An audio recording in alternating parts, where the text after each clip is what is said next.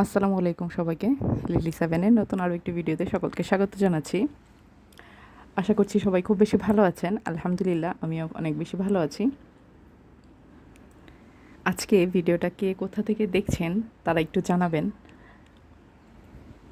আপনাদের এদিকে ওয়েদার কেমন, কীভাবে কী ম্যানেজ করছেন, টোটালি একটু আপডেট আমাকে জানাবেন। ইদানিং দেখছি আপনারা একটু মনে হয় অমনোযোগী। আমি কিন্তু ঠিকঠাকই মনোযোগে কাজ করে যাচ্ছি, কিন্তু আপনারা সেভাবে কিন্তু কাজটা আমাকে বোঝাচ্ছেন না যে আমি কি করছি না করছি। প্লিজ একটু রেসপন্স করবেন। যারা আমার চ্যানেলে নতুন তাদেরকে রিকোয়েস্ট করব, যদি কিছু আইডিয়া আপনি আমার ভিডিও থেকে পেয়ে থাকেন তাহলে প্লিজ চ্যানেলটা সাবস্ক্রাইব করে দিবেন।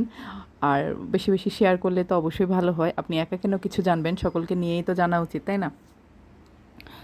তো আজকে যে জিনিসটা আমি দেখাবো সেটা হচ্ছে একটা নিডল হোল্ডার। এখন এটা কি সেটা আবার অনেকে বুঝবেন না। সেটা হচ্ছে যারা খুব বেশি পরিমাণ সুই সুতার কাজ করে তাদের কিন্তু সুইয়ে সুতা সহ রাখাটা একটু টাফ হয়ে যায়। এটা হয়তো পারে যে একটা কাপড়ে গিথে রাখা হচ্ছে কিংবা একটা কৌটাতে রাখা হচ্ছে, তো তখন আবার সুতা একটু পেঁচিয়ে যাচ্ছে, সামথিং রং কিছু একটা হচ্ছে বা পড়ে যাচ্ছে, হারিয়ে যাচ্ছে। সুই তো একটা সেন্সিটিভ জিনিস, তো এটাকে একটু সেফলি রাখতে হবে। তার জন্য আমি আজকে যে জিনিসটা বানাচ্ছি সেটা হচ্ছে নিডল হোল্ডার। এটাকে একটা বলা চলে ছোট বালিশের মতো বানাবো। তো ওইখানে হচ্ছে সুইটা পিন আপ করে রাখা যাবে, ঠিক আছে?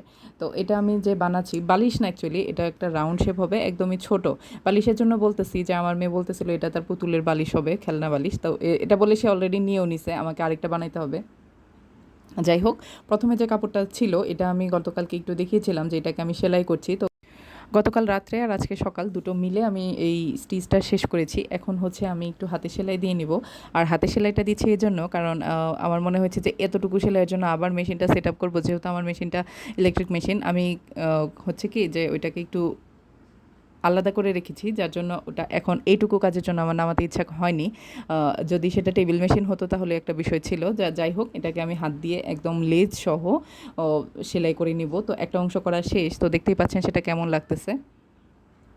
এখন বাকি অংশটা যেটা পুরোটা লেসটা ভিতর দিকে দিয়ে কাপড়টা উল্টিয়ে হাতে সেলাই দিয়ে নিচ্ছি, রাফভাবে একটা টানা দিয়ে নিচ্ছি। তারপর ওটাকে একটু সুন্দরভাবে ফিনিশিং দেব। এখন কিন্তু বলা চলে যে যারা সুতার কাজ করে বা এই রিলেটেড ভিডিও মেক করে তারা প্রত্যেকেই এই জিনিসটা করেছে। তো এটা খুবই আসলে কাজের জিনিস। আমিও যাদের থেকে দেখেছি, দেখে আসলে উপকৃত হয়েছি, ধন্যবাদ। আবার দেখলাম অনেক পেজে এটা সেলও করতেছে। তো এটা আসলে খুবই ভালো, যারা সেল করতেছে তাদের জন্যও ভালো, যারা নিতে পারছে শৌখিন একটা জিনিস। আবার এটা করার সময় আমার মাথায় একটা আইডিয়া আসছে যে এটা দিয়ে লেসটা চারপাশ দিয়ে যখন একটা ছোট রাউন্ড শেপ একটা নিডল হোল্ডার বানানো গেছে, এটা দিয়ে আরেকটা সুন্দর জিনিস বানানো যাবে। সেটা হচ্ছে কুশন কাভার, মানে হ্যান্ড পেইন্ট, ব্লক, বাটিক, হাতের সেলাই সব কিছু দিয়ে কুশন কভার হয় বা এক কালার প্রিন্টের কাপড় দিয়ে হয়, কিন্তু লেস দিয়ে যখন একটা কুশন কভার হবে আমার কাছে মনে হচ্ছে কল্পনায় যে সেটা অনেক বেশি ভালো হবে। তো যাই হোক, আইডিয়াটা আগে আপনাদের সাথে শেয়ার করলাম, ইনশাল্লাহ শীঘ্রই সেটাও করে ফেলবো। আর এইগুলাই হচ্ছে অ্যাকচুয়ালি ক্রাফটিংয়ের মানে আনন্দ। যখন যে কাজটা করতে যাবেন তখনই এটা থেকে আরেকটা আইডিয়া চলে আসবে।